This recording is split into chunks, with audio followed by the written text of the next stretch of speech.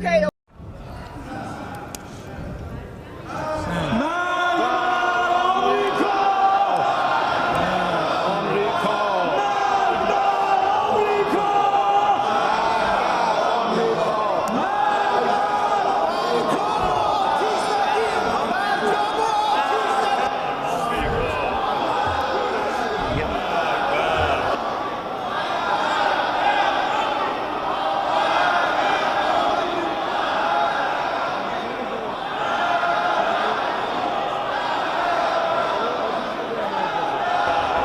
متشکرم.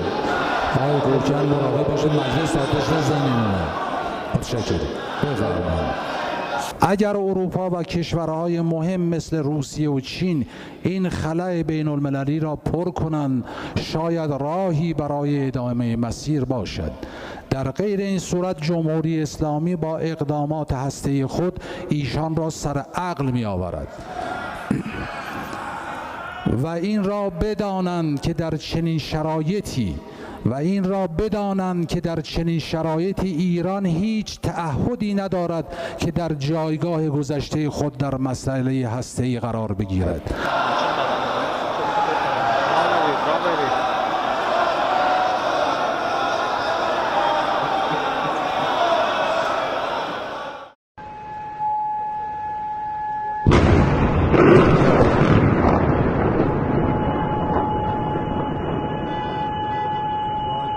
Fuck.